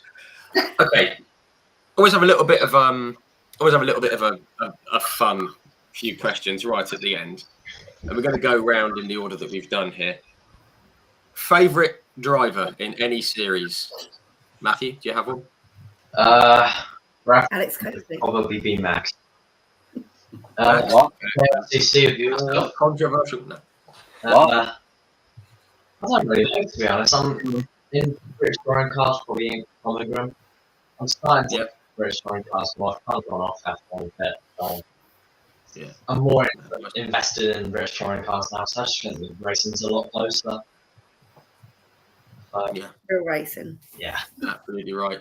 And Tom's a nice chap as well. Although he hasn't been on here for a chat. I need to sort that out. Finley, favourite driver? Any series? I'd have to go with Lewis Hamilton or Mark Marquez. Oh, he's gone bikes. I'm a huge bikes fan. You've just ticked a big box there. Big bikes fan. Although I'm a bit older, so I'm Valentino Rossi. I've got a little shrine in the corner, which I'm never going to show anyone because it's a bit lame. But I think Lewis and Marquez. Top draw stuff. Yeah.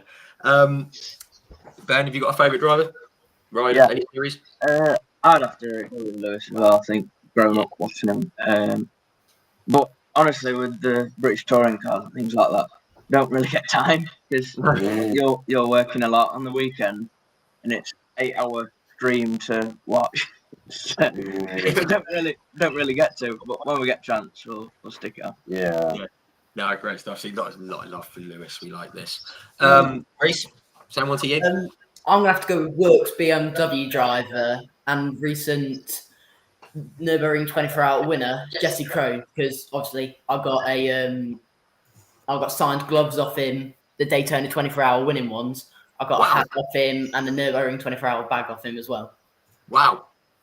That's a reason to like that. That's cool. Jesse Crone, see, he doesn't get enough of a mention, does he? Jesse Thank Crone. you. Someone else who agrees. You're absolutely right. Yeah, And Jesse it Crone. also helps that my dad used to run him as well. Well, I can't remember what it was. he's from Finland, isn't he? He's Finnish. Yeah, Finnish. Yeah. Good shout. I think that's the first time anyone's ever said Jesse Crone. That's good. I like that. Happy days. I mean, this might be an easy question for all of you from everything, but which motorsport series do you follow the most closely outside the ones that you're in? Go with Matthew. Probably British Touring Cars and World Endurance Championship. I think this year for World Endurance Championship, the amount of companies that have manufactured the hypercars, like if you were to look at like World Endurance Championship 5 years ago, it was only like 2 companies that manufactured those cars, but now like we've got BMW, Cadillac, Ferrari, Aston, all of those guys are now investing money into it. So I think it's nice to see. Yeah, absolutely. And honestly, you know, the World Endurance Championship is one of my favourites. I actually went to the 6 hours of Spa this year, and it was absolutely brilliant. And it's good to see Cadillac get their first win at the weekend. Nothing wrong with Ferrari, but give someone else a chance this year. So, yeah. No, that's cool. Finley, same one for you? It'd easily be F1, or I'm a big fan of World Endurance Championship like Matthew is, so it is really good watching it. Yeah, great stuff. Great stuff. This is when you get to my age, you can't stay up for 24 hours. It's a bit tricky to watch. But no, brilliant. Ben? Yeah, I'd go with F1 as well, but on the weekends that we're going down as well, I'm really enjoying them. So, you know, with all like the TCRs, catering and everything like that, finding that really good as well. That's sort of become a little thing as well. Yeah. TCR is good. It's well underrated. TCR, really underrated. Yeah, really, really good. I had Stuart Lyons on here, and he's been brilliant for the series, isn't he? He's been very, very good. Yeah. Love that bit of love for TCR. Rhys. So I've got to go with 2 British touring cars because of Dan Lloyd, and any GT racing really because it's probably one of the most close things in there, and also because of Jesse Crone as well. Yeah, Fantastic. Yeah, because I'm loving the love for the World Endurance Championship and GT racing. The Nürburgring 24 hours was great. Yeah, that was brilliant. Bit controversial at the end. I'm not going to get into that. But I know someone who works, for the or for the Rover BMW lot. So he was well happy, but I can't say too much about it because he'll give me a slap if I say anything about it. But no, great stuff. Okay, good stuff. Okay, let's have 2 more interests outside motorsport. This is always good. Getting to know you lads. In interest outside motorsport, Matthew. So on one to think about, I'd say golf. Golf is quite a side hustle usually on the weekend if I'm just sat around in the house doing nothing, just go hit a few balls at the driving range. Tennis as well, you can quite invested in tennis as well. So I think those 2 would be my favourite. Yeah, good stuff. So you bit of mention of golf. I used to play golf when I was young. I got quite good, and then I turned 18, and it was either golf or the pub. And the pub won. But yeah, golf. Looking forward to the Open this weekend as well. I'm a big golf fan as well. So Open this weekend. We're gonna have an English winner. I'm gonna call it now. Tommy Fleetwood's winning it. Finley, how about you? I don't have much of a like. That's nice. Well, I didn't do anything else out of school besides karting, but I've always wanted to do golf because golf just seems like quite like a good activity that a lot of people can just do. You can just show up, do whatever, and it does seem pretty good. So I'd like to do that at some point. Yeah, definitely. Word of warning, right? When you're playing well, it's the best game in the world. Yeah. When you're playing badly, you hate it with a passion. It's the same as motorsport then. So annoying because you know you can do it, and you do it 1 every 50 shots. Well, I do anyway. Yeah, well, it's the same as motorsport then. Yeah. I can't do motorsport. That's why I do that. No, nice one. Ben, how about you? Yeah, I've never played golf. So I'll do like a bit of like computer parts and just flipping them and bits like that. Oh, But cool. other than that, I'm quite boring really. I'm like, I get told I'm a 50-year-old man. I'm like, not boring. politics and economics and all that. Yeah, but you like dancing as well. Oh yeah, You tell like them about ballroom that. dancing, don't Yeah. you? No, we don't. No. No, we don't.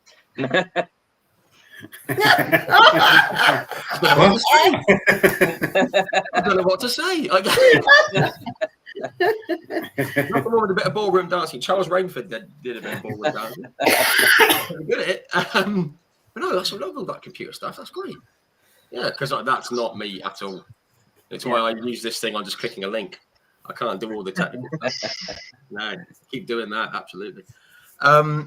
Rhys, how about you? Fitness and sim work. Don't really have anything else apart from that. And also, what is the link between golf and racing? Because I swear everybody who's into motorsport is also into golf. We're not. Right. Most people. Sorry, guys, but no. Most people in motorsport are. Yeah. I tried golf once, and then I found wheels. There's loads better. Have more fun in the golf cart than the actual golf. Oh yeah, I Yeah, do we want want a golf cart, yeah. Matthew. Yeah. I should say the best thing about when I played golf was when I got my trolley to put the clubs on, and I discovered a hill. And I thought, how far can I get it down the hill without it falling over? Turns out not very far. But no, yeah, golf's a weird one, isn't it? Golf is a weird one. I don't know why we do it. It's a silly sport. But yes. Okay. Shall we? Okay, here we go then. This is the last one. Last one. What do we all think? F1 champion 2025. Who's winning it? Oh, Yes. Who are we going for? I think he's got the potential to. I feel like Lando fails under pressure. I think when he does something, it just knocks him. I think Piastri's just a cool-headed person. I wish it was Max, but Max just hasn't got the car to do it. No, it's the dog this year, isn't it? The car. Yeah. So we got Matthew's gone for Oscar Piastri. Finley, what do you think? Are you going to go with it? I'm not going to say him, Oscar Piastri. He's just, I think he's got it this year. Yeah. Yeah. Ben? I'm going to look quite boring now. I'm going for anyone. Yeah. Yeah, I do. Not Max. Not Max. No, No. it Who's doesn't. not a fan? There's going to be a fight. Sorry, Matthew. Sorry. No, that's fine. It's all going to be kicking off in the garage. It's going to be. Oh my goodness. There's going to be cans of Red Bull flying. There's going to be. No, fair enough. Oscar. Rhys, we're going to go. Rhys, what do you think? I'm going to go with Lando because I reckon he's sorted himself out because we work with the same mind coach. Because I reckon he's sorted. I reckon he's sorted himself, and now he's just going to keep going on like that. Because let's be honest, Monaco, Austria, and Silverstone, he was very good. True. And obviously, he's what happened. Although he's made some stupid mistakes, he has been very fast. Yeah, I think that Canada mistake, which was absolutely ridiculous. Well, let's be honest. Lewis and Button, same mistake. True. All those years back. Yeah. But yeah, with Norris, with Lando, I mean, I'm in no position to criticise anyone. Certainly not in F1. But that was a silly thing. Canada is one of those baffling things. So yeah, and since then he's been good. So maybe could be a good second half of the season. Yeah, good stuff. Right. Anyway, it's been nearly 2 hours. I said we're going to have an hour and a half. It's 2 hours. It's normally my fault for rambling on. Firstly, guys, I just want to say I have seen all the comments and everything and all the arguments and nonsense in the comments. It's been very entertaining.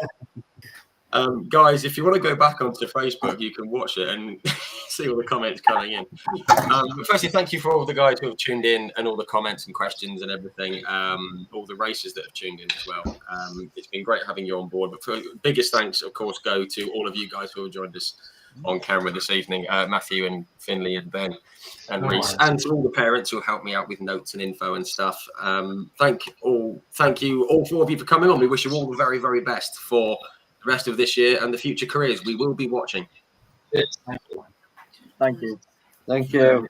Thanks very much. Thank you very much, Rich. No Thank you, problem. everybody. We should say the last word Let's for go. Alex and Sheila, because Sheila. Alex and Sheila, it was Sheila who got in contact with the idea of doing this, and obviously it's Alex and Sheila and Harvey as well who are helping out these 4 mighty, talented young racers. So I think we all need to give a big thank you and a thumbs up for Alex and Sheila, because absolutely brilliant people. And also, if you're interested in a junior championship, look at JSCC without a doubt. So Absolutely right. JSCC and Cursley Motorsport, you cannot go wrong. It's all good. Right. Well, that was an interview with a difference. Thank you all so much for coming on. We made it work, which was great. So once again, thanks very much to everyone for tuning in. Thank you for supporting Grassroots Motorsport and these young racers. Can I say one more thing? Of course you can. I'd like to say thank you to all my sponsors. So we have Alpha Detailing with all your things like that for cleaning your car. JP Autos, right there. Little Italy Pizza, Sleaford Quality Foods, and Baker Plant Hire. If I can get the thing right. Thank you to all them, because I couldn't go racing without them. And fantastic. Love that. I mean, obviously that goes to all the sponsors across the board as well. Because without sponsors and backers, as you say, you can't go racing. So yeah, fantastic. So guys, across social media, do follow like Matthew Swatton, do follow Finley Worthy, Ben Ward, and Rhys Owen. They're all on the socials. Give them a search, give them a follow, give them your support. And if you know anyone that can help them out, put them in touch, because these guys have got a career ahead of them. So yeah, we're looking forward to seeing how it all goes. Thanks very much, everyone. Absolutely brilliant. I've thoroughly enjoyed it. Thank you to all you for tuning in, all the guests on camera, and we will see you all very, very soon. Good night, all. thank you. Thank you. Night. Yes.